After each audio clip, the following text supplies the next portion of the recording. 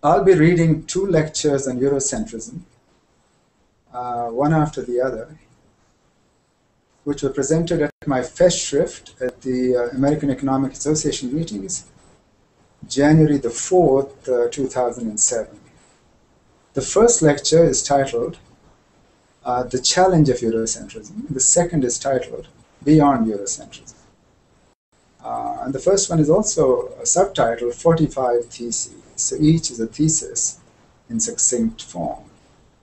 So I will now begin with the first lecture, The Challenge of Eurocentrism.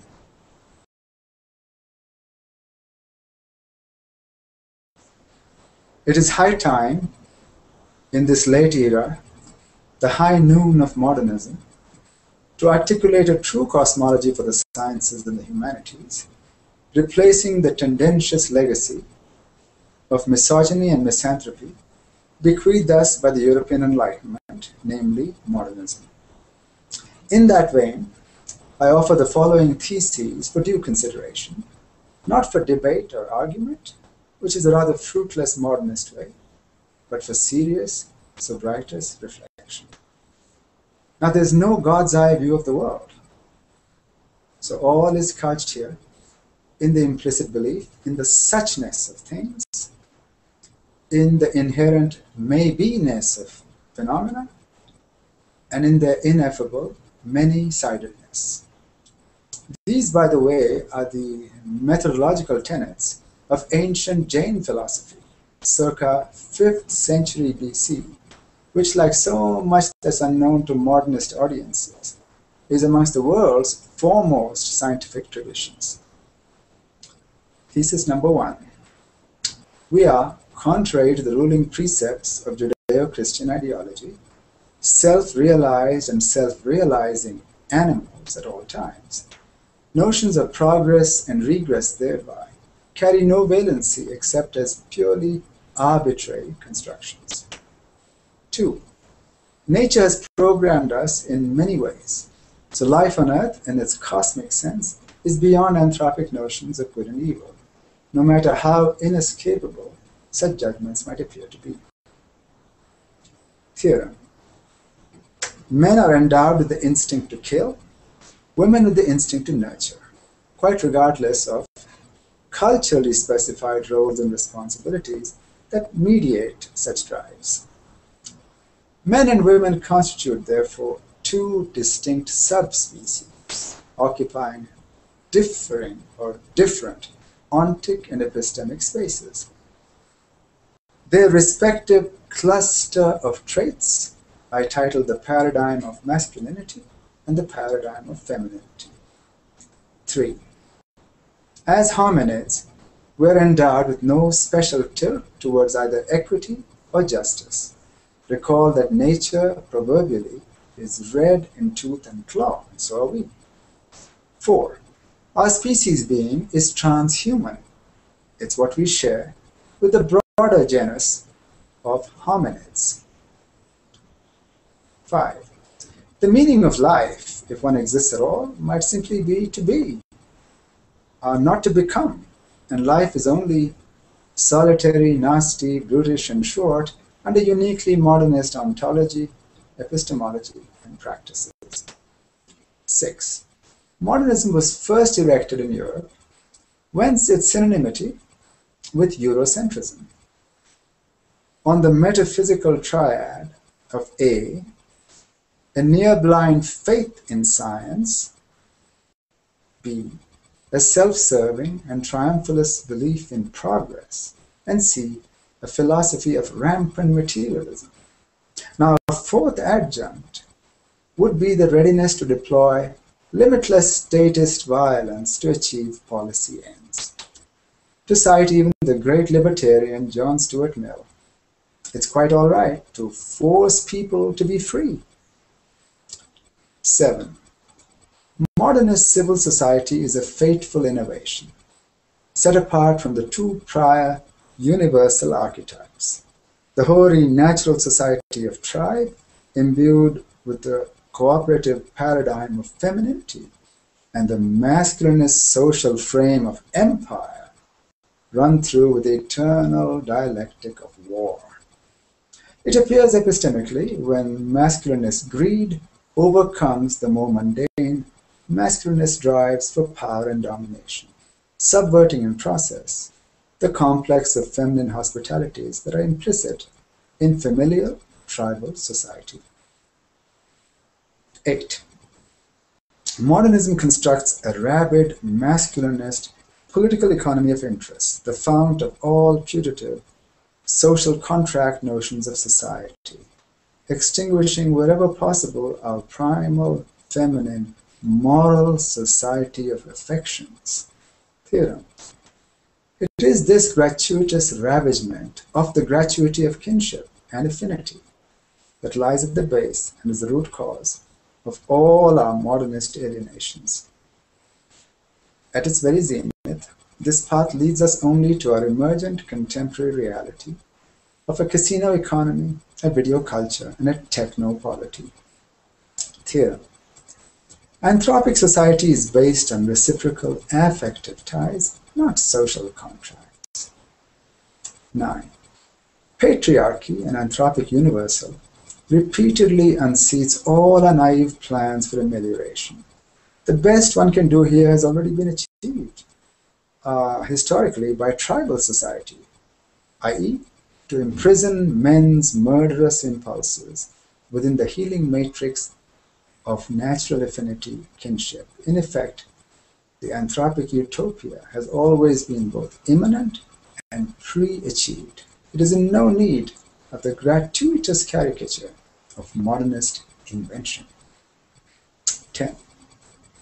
Modernist utopianism, more to Marx, which has martyred millions across the globe, is at best a plaintive protest at our uninspiring anthropic fate, or at worst, the devious plan of dangerous madmen seeking as ever absolute power.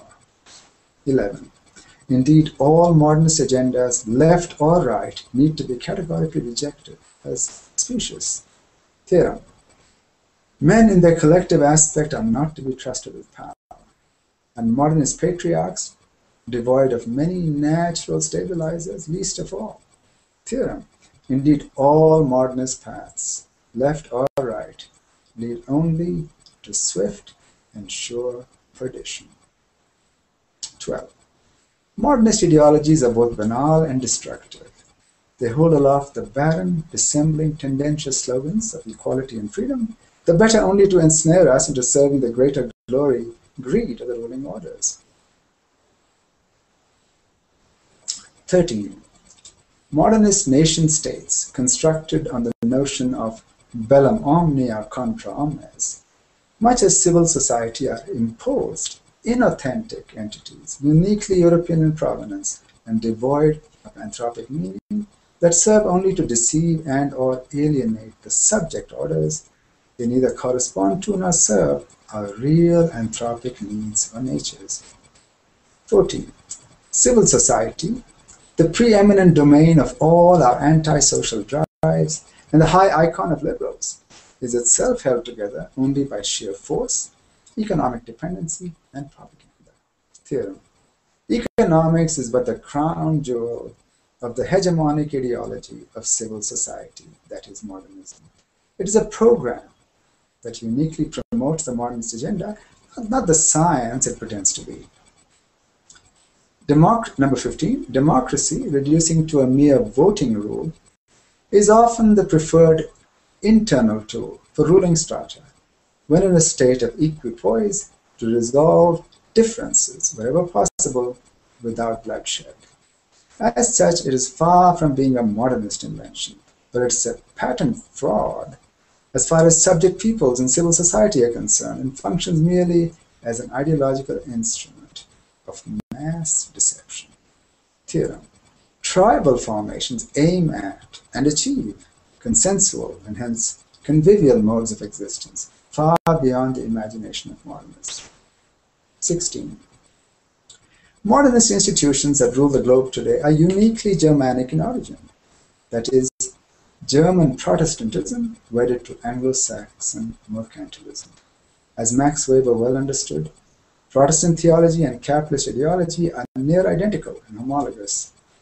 70. Indeed, as an aside, Northern Europe first annexed the legal commercial accomplishments of Southern Europe, the so-called Renaissance, which is part of a larger pan-Mediterranean civilization, itself fertilized by Egyptian, Indian, and Chinese ideas, and next garnered the ideational material resources of the colonized non-Europeans, including, I would say in this case, East Europeans, which is the so-called Enlightenment and the Industrial Revolution. The North produced little, but knew how to appropriate. To this day, that basic pattern of a globe under the domination of Anglo-Saxon institutional hegemony has not yet altered. 18. The only instruments that Northern Europe truly perfected above all other anthropic species are the mechanisms material to waging war and the means ideological of defrauding peoples, that is, cannon and chicanery. To this day, it is these that remain the twin bases of their near total hegemony. 19. As hominids, that is, as mammals, it is not liberty and equality we seek, but care, reciprocity, consideration, nurturance, and warmth. Contra Marx, our species being is not expressed in labor, that regrettably is a uniquely Protestant notion, but in play and conviviality, albeit within the frame of societal and cultural norms. It is this immanent sympathy of life that modernism destroys. 20. The life or death struggles that bestride the world today are now inevitably between the mammals and the reptiles, that is, between civilization and modernism. 21. Darwin published far too late for Marx to renounce his inescapable Judeo-Christian ideology, carrying idealistic, delusional, and fantastic notions of human perfectibility. Now, unless God perchance is an ape, we are not molded in his, her, or its image. 22. Modernism is the ultimate iron cage within a bell jar. There has been no societal order on this planet that demands more incessant labors from the many and yields us less leisure and conviviality than modernist civil society. Theorem. Universal egoism, that's the phrase of Hegel, breeds and can only breed universal discontent and existential despair. 23. Within modernism, there is no such thing as a meaningful social science, divorced from the eternal agenda of domination and resistance, i.e. rule and resistance. That is the perpetual masculine struggle between what Karl Mannheim termed ideology and utopia. Indeed, modernist social science is simply the secular version of Judeo-Christian ideology and is equally Protestant and monotheistic. 24. Further, this modus of science is neither a necessary nor a sufficient condition for emancipation from modernist grids. Theorem. Anthropic oppressions are first felt and then possibly acted upon. They do not require to be theorized, except as an effete exercise in abstraction. 25. The Newtonian reductionist materialist philosophy undergirding modernist science is both false and obsolete. Matter is not dead and inert, but conscious, self-aware, and occasionally articulate. We ourselves are living testimony to that. Indeed, we have moved within European thinking from deterministic physics, 1600-1925, via indeterminist physics, 1925-1995, to self-deterministic physics, 1995 through now, today. Regrettably, however, most modernist science ideology, left or right, is still trapped, somewhat immaturely, in phase one of this dramatic evolution of science. 26. Modernist science has long monopolized a species of instrumental knowledge. But there are and have always been great competing traditions, ruthlessly suppressed by modernism, that are now, albeit slowly, reviving globally. Aside from reason, the human ape is pre-given both instinct and intuition, even upon rare occasion revelation. The latter tapping into a reservoir of what Carl Jung called, after Vedic philosophy, possibly 10,000, 15,000 BC, the collective unconscious, a species of quantum interconnectedness, and modernists barely know the power of the latter, having neglected, disparaged these bountiful avenues for centuries. 27. The fundamental hominid condition is autonomy and self-regulation, not liberty or freedom, which are mere modernist dissemblings. Theorem. Both capitalism and socialism, the Tweedledum and Tweedledee of modernist discourse, deny this natural condition, and so are, sooner or later, prefigured to perish. 28. The only meaningful freedoms are not freedoms at all, but vital anthropic necessities. Freedom from want, fear, indignity, and no modernist formation has ever been able, even if and when willing, to guarantee those in practice. 29. Civilization, in the sense of the pacification of anthropic existence, is affected by near invisible gender struggles, not class struggles, which are masculine struggles, primarily, if not exclusively, about power. Theorem. Women, via their paradigm of femininity, are the trustees eternal of anthropic civilization. Theorem. Stated simply, women build inescapably and incessantly in this area, and men equally, invariably, and uninterruptedly destroy. 30. Aside from gender and intertribalist tensions, change arises within anthropic society also through the continuous dialectic of random individual deviance pitted against the norms of group conformity. Similar, I suppose, homologously to unexpected mutations in Darwinian evolutionary theorem. It appears almost a natural fact that micro-individual behavior is free, that is relatively unpredictable, whereas macro-group behavior is more constrained and therefore more predictable. 32. Being herd animals, we follow totemic charisma quite naturally, and can be led, misled willy-nilly as such leadership chooses. Anthropic politics, thereby, is not necessarily rational. Theorem. Charismatic leaders, thereby, are of the characteristic tools of radical, overarching anthropic change, for better or for worse. 33.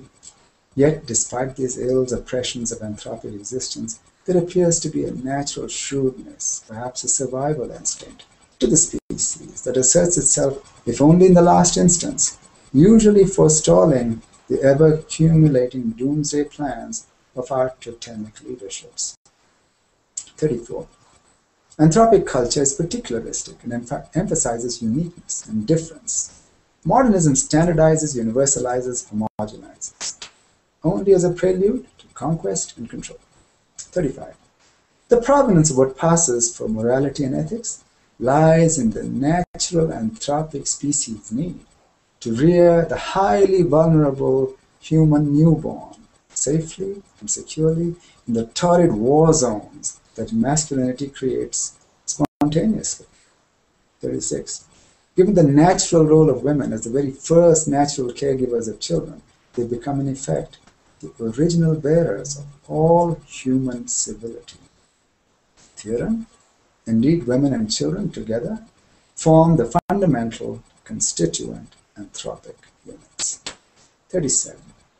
Women, workers, traditional, tribal societies all live in an implicit or explicit moral economy, and in varying degree form the natural opposition to modernism. They define now as ever its enduring natural limits. One might also add that modernism is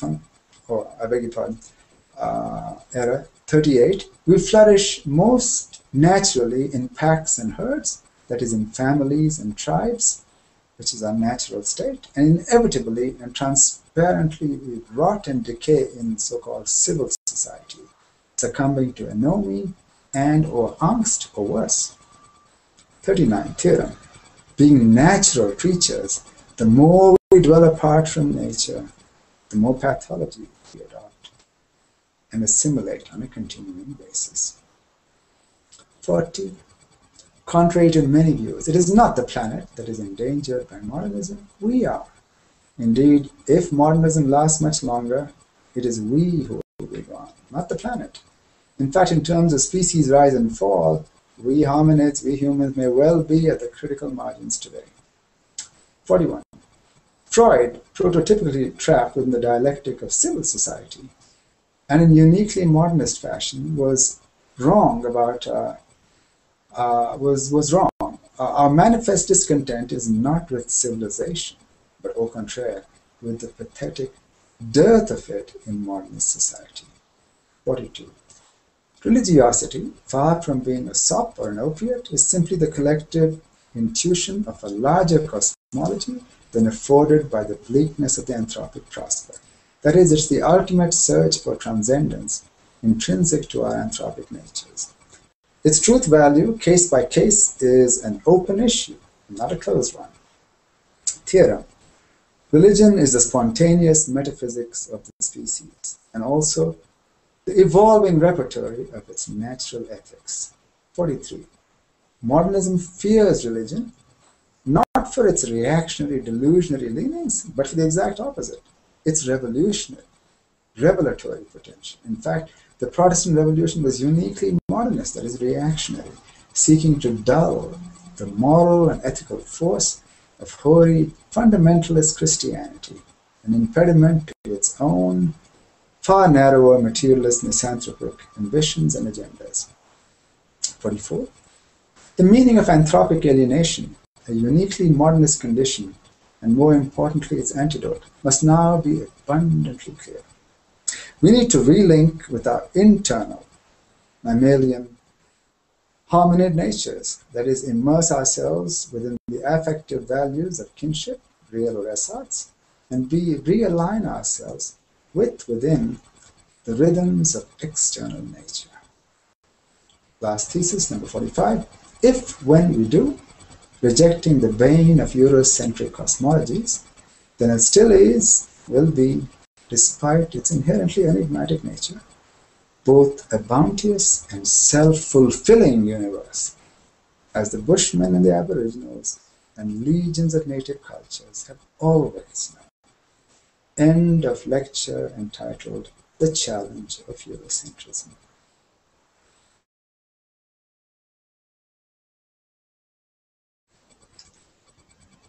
Lecture number 2, Beyond Eurocentrism.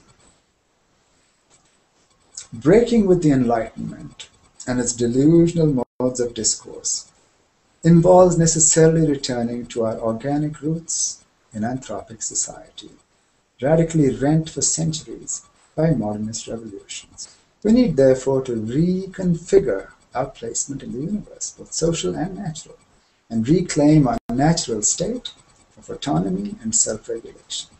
I offer here, once again in pithy thesis format, an unravelment of modernism in favor of the real organa of anthropic existence. 1. In its most basic sense, politics en general is simply the relations between competing orders of men. More specifically, it refers to the modalities of masculinity as expressed in the public domain, whose very illimitable extension is an index of the atrophy of the domestic economy of affections, that is, convivial relations. 2. Economics, on the other hand, refers to the momenta of the material life and takes two general forms. A. 1.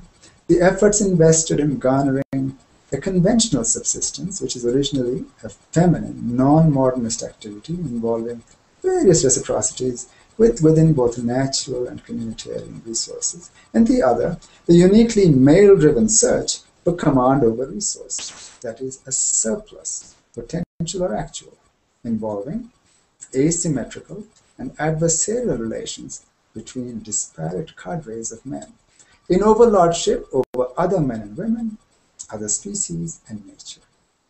It is this latter thrust, peaking under modernism but far from unique to it, that merges concordantly with the masculinist politics described previously. 3. The social is simply the matrix of familial relations centered on the modalities of child rearing and childcare, and is therefore again a uniquely feminine site of praxis. Theorem. Women and children form the irreducible familial units of anthropic society, upon which men impinge and intrude as itinerants only. A. The ordinary anthropic state is one of tribalism, the anthropic version of mammalian herds, which is an extension of the familial kin principle. B. In essence, humans exist as both pack and herd animals. Modernism breaks the tribal tie by invention of the novel domain of civil society, not an anthropic society at all, which is the ultimate home of the arid masculinist paradigm shorn of all affective affinities. 4. Culture is a hierarchical ordering of values, tastes, and preferences, whose tone, form, and content are set by the historically specific gender balance of ideologies and practices extant in a given eco-society at a given moment of evolution. The wide divergence in the cultures of patriarchy is accounted for by this, amongst other factors. 5. And civilization, that is the pacification of anthropic existence, is the extent to an intensity with which essentially feminine hospitalities, as conceived in the familial moment, are extended in evolution, with, by, and through the consent of the ruling patriarchs, whatever the final arbiters of power in a given culture, to the full range of anthropic activities and possibilities. A, stated differently, theorem, civilization is simply the extent to which the feminine principle trumps inherent masculinist proclivities. B, as such, theorem, gender struggles, not class struggles, are the true determinants of this civilizing process. 6. Women are perennially not merely the prime bearers of conviviality, but through their affective activities essentially form and are the progenitors of the affective society, and thereby become the guarantors, even in patriarchal empires, of what we might understand as the prerequisites of civilization. 7. Religion is not necessarily false consciousness, despite infiltration into its discourse by ruling orders who seek to manipulate it, but is our original paradigm of anthropic awareness of the universe. It needs only the ongoing enrichment of non-modernist science and philosophy as available in all pre-modernist frames to arrive at profundity. It can serve as an opiate, but more often an amphetamine. Theorem. Religion is uniquely pre-modernist. The bulk of it is non-European as well. Indeed, the only heartfelt religion that modernist Europe has bequeathed us is the worship of mammon. So it is non-European in provenance. Its late surrogates within latter-day modernism are but desperate reactive efforts to counter and resist burgeoning modernist inhospitalities. 8. In European history, church and state fought it out because Catholic ideology was resistant to the needs of capital accumulation. Theorem. There is no need for us all to universalize permanently a passing footnote in European history. Theorem. The Protestant Revolution modernized, i.e. subverted, the anti-materialist import of classical Christianity. Now, in Eastern traditional formations, religion provided, as in medieval Europe, both a code of propriety and conduct and a repository of anthropic knowledge. In ancient Vedic civilization, ancient India, for example, science, religion, and philosophy are virtually indistinguishable. Theorem. The integration of religion and science is equally true of all tribal and traditional formations. Now, modernism virtually invents and concocts the self-divisive society par excellence, permanently at war with itself. Besides, to ask why we are here in the first place is surely the very first anthropic query, and is the locus classicus of the religious impulse. Modernist science has very little to offer here, and can claim no monopoly on answers to such queries. Theorem. We must not impose modernist divisive grids on such organically integrated systems. Modernist knowledge, where it is not blatantly counterfactual, is purchased at the dear and dire cost of traditional wisdoms. 9. Formal equality, the dissembling slogan of modernism, is far from being an anthropic virtue, and is absent is absent as a serious demand in all non-modernist formations. As an ideology, modernist equality is arguably the alien, individualist antidote. To what? To caring, to civility, and to co-respective behaviors. Theorem.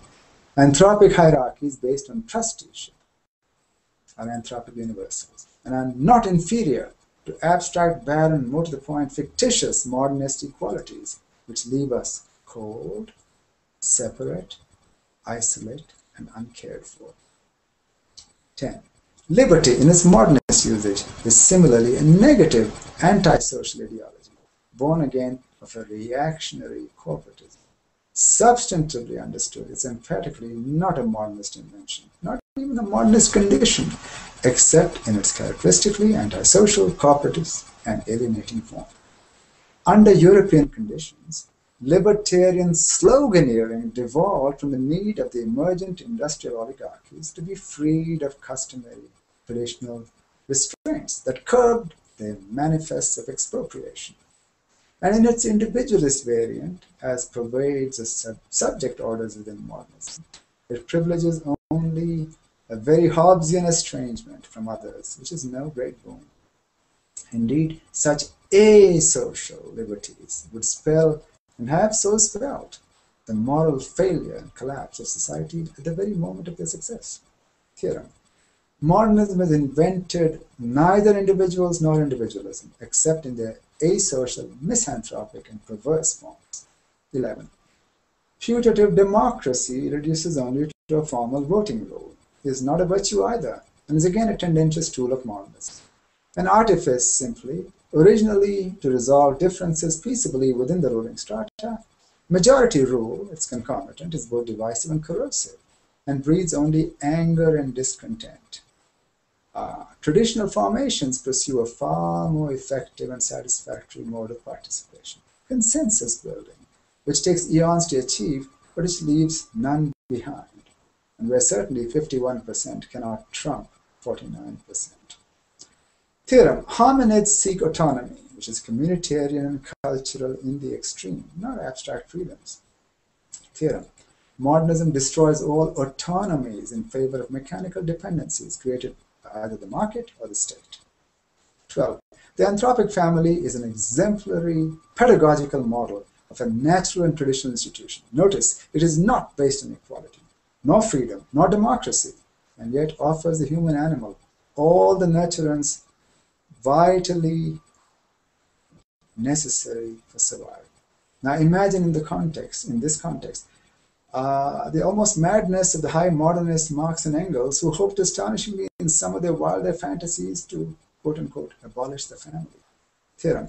In much the same way that economics has no understanding of anthropic needs, in fact, economics doesn't talk about needs, but rather talks about wants, modernism has no understanding of our species being or our real flesh and blood state of being.